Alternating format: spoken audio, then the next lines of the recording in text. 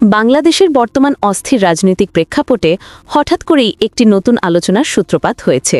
নাম প্রকাশে অনিচ্ছুক এক সূত্র দাবি করেছে, জামায়াতে ইসলামী বিদেশে অবস্থান করা দুই জনপ্রিয় রাজনৈতিক কণ্ঠ পিনাকি ভট্টাচার্য এবং ইলিয়াস হোসেনকে দেশে ফেরানোর উদ্যোগ নিয়েছে।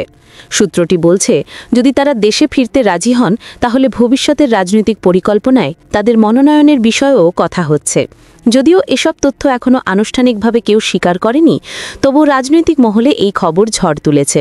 প্রশ্ন উঠছে, জামায়াতে ইসলামী ঠিক কী ধরনের বড় পরিকল্পনা করছে? সূত্রগুলো বলছে, চলমান রাজনৈতিক শূন্যতা ও নেতৃত্বের অভাবের প্রেক্ষাপটে জামায়াত এবার সম্পূর্ণ নতুন কৌশল নিয়ে মাঠে নামতে চাইছে। তারা নাকি এই বার্তা দিতে চায় যে বাংলাদেশ পরিচালনার জন্য শুধু প্রথাগত রাজনীতিবিদ দিয়ে হবে না, দরকার যোগ্য, দক্ষ এবং আন্তর্জাতিকভাবে পরিচিত মানুষ।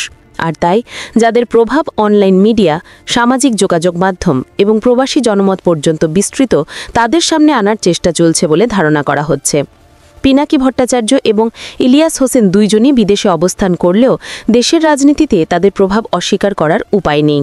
সমর্থক বলবে তারা রাষ্ট্রনীতি, গণতন্ত্র ও মানবাধিকার নিয়ে কথা বলেন, আবার সমালোচক বলবে তারা বিতর্ক তৈরি করেন এবং রাজনৈতিক পরিবেশ উত্তপ্ত করেন।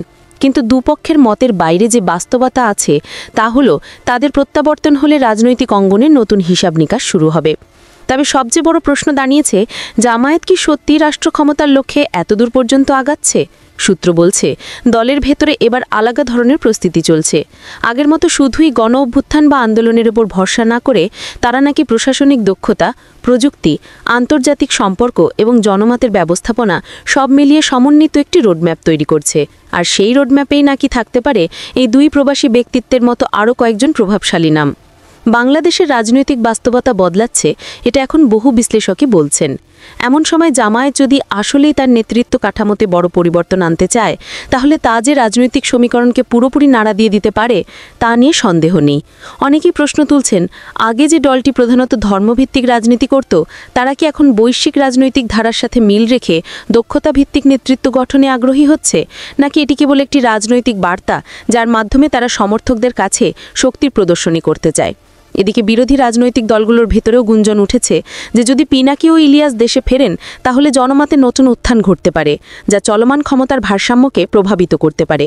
আবার অনেকে মনে করতেন এটি শুধুই রাজনৈতিক শোরগোল, বাস্তবে এমন একটি পদক্ষেপ নেওয়া কঠিন। তবে যাই হোক, এই গুঞ্জন স্পষ্ট একটি বাস্তবতা সামনে এনেছে। বাংলাদেশের রাজনৈতিক অঙ্গন এখন দ্রুতই পরিবর্তনের পথে। নেতৃত্বের শূন্যতা, জনমতের পরিবর্তন, প্রযুক্তির প্রভাব এবং প্রবাসী রাজনীতির প্রভাব সব মিলিয়ে নতুন এক অধ্যায় শুরু হচ্ছে। এই অধ্যায়ে কারা প্রধান ভূমিকায় থাকবে তা এখনও নিশ্চিত নয়, কিন্তু রাজনৈতিক বিশ্লেষকদের মতে কোনো দল যদি সত্যিই যোগ্যতা, দক্ষতা এবং জনমতের ভিত্তিতে নেতৃত্ব সাজাতে চেষ্টা করে, তাহলে সেটি বাংলাদেশের ভবিষ্যৎ রাজনীতিতে বড় পরিবর্তনের সূচনা হতে পারে। আর তাই পিনাকি ভট্টাচার্য এবং ইলিয়াস হোসেনকে কেন্দ্র করে যে আলোচনা চলছে তা নিছক গুজব হলেও এটি বাংলাদেশের রাজনৈতিক ভবিষ্যৎ নিয়ে বড় প্রশ্ন তুলে দিচ্ছে। আগামী রাষ্ট্র পরিচালনায় কি নতুন মুখ সামনে আসছে, আর জামায়াত কি সত্যিই ক্ষমতার দিকে এক নতুন পথ তৈরি করছে?